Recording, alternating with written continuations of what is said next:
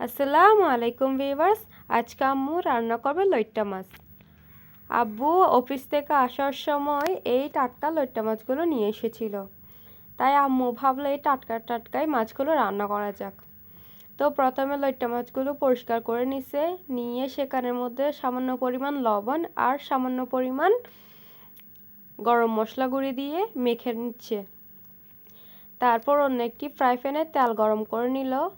তেল গরম হয়ে গেলে সেখানে দিয়ে দিবে পেঁয়াজ কুচি আর কাঁচামরিচ ফালি করে রাখা। কাঁচামরিচের ফ্লেভার রিলিজ হতে পারে, তাই কাঁচামরিচগুলোকে ফালি করে দিয়েছে, আপনারা চাইলে গোটাও রাখতে পারেন। তারপর পেঁয়াজ আর কাঁচামরিচগুলোকে ভালো করে তেলের সাথে নেড়েচেড়ে ভাজা করে নিবে। পেঁয়াজ আর মরিচগুলোকে অনবরত নাড়তে আছে যাতে নিচে দিয়ে লেগে না যায়। তারপর দিয়ে দিল মরিচ বাটা, হলুদ গুঁড়ি,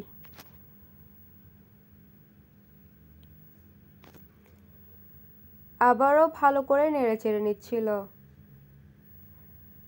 তারপর দিয়ে দিবে সামান্য পরিমাণ পানি যাতে মশলাগুলো নিচে দিয়ে লেগে না যায়।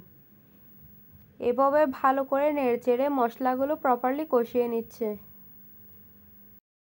আম্মু অনবরত নাড়তে আছে যাতে মশলাগুলো তলায় লেগে না যায়।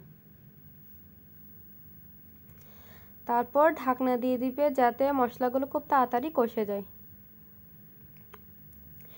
কিছুক্ষণ পর ঢাকনা খুলে নিব চেক করার জন্য যে মশলাগুলো কষে গেছে কিনা। এই তো দেখেন মশলাগুলো একদমই ভালো করে কষে গেছে, তাই আম্মু আরেকটু নেড়ে ছেড়ে নিল এবং আগে থেকে মেখে রাখা লইট্টা মাছ দিয়ে দিছে। লইট্টা মাছগুলো দিয়ে ভালো করে নেড়ে চেড়ে উপর দিয়ে টমেটো টুকরো দিয়ে দিচ্ছিল। বেশি করে টমেটো দিচ্ছিল কারণ টমেটো দিয়ে খেতে অনেক ভালো লাগে। এভাবে সামান্য কিছুক্ষণ নেড়ে চেড়ে ঢাকনা দিয়ে দিবে যাতে মাছগুলো রান্না হয়ে যায়। কিছুক্ষণ পর ঢাকনা খুলে নিয়েছে, দেখেন কতগুলো পানি বের হয়েছে মাছ থেকে, তাই এক্সট্রা করে পানি দেওয়ার কোনো দরকার নেই। মাছগুলো একদম প্রপারলি হয়ে গেছে, তাই আম্মু সেখানের উপর ধনেপাতা ছিটিয়ে দিচ্ছিল।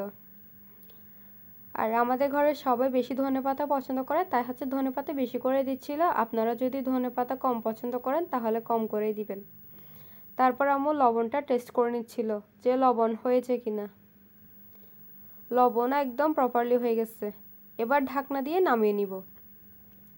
এই তো মাছ খাওয়ার সাথে সাথে লোভ সামলাতে না পেরে আমি খেতেই বসে পড়লাম। সাদা ভাত নিয়ে নিয়েছি, একদম গরম গরম, কিন্তু ভাতগুলো গরম ছিল আর তরকারিটাও অনেক গরম। মাছ নিয়ে নিয়েছি আর ঝোল নিয়ে নিয়েছি।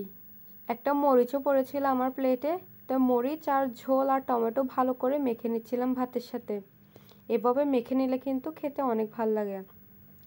তারপর মাছ দিয়ে অল্প অল্প করে খেয়ে নিচ্ছিলাম। দেখেন টমেটো মাখাতে আমার ভাতটা পুরো লাল হয়ে গেছে, আর দেখতেও খুব সুন্দর লাগছিল আর খেতেও অনেক মজা লাগছিল।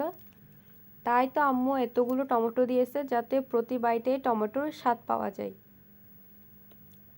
আল্লাহ হাফেজ।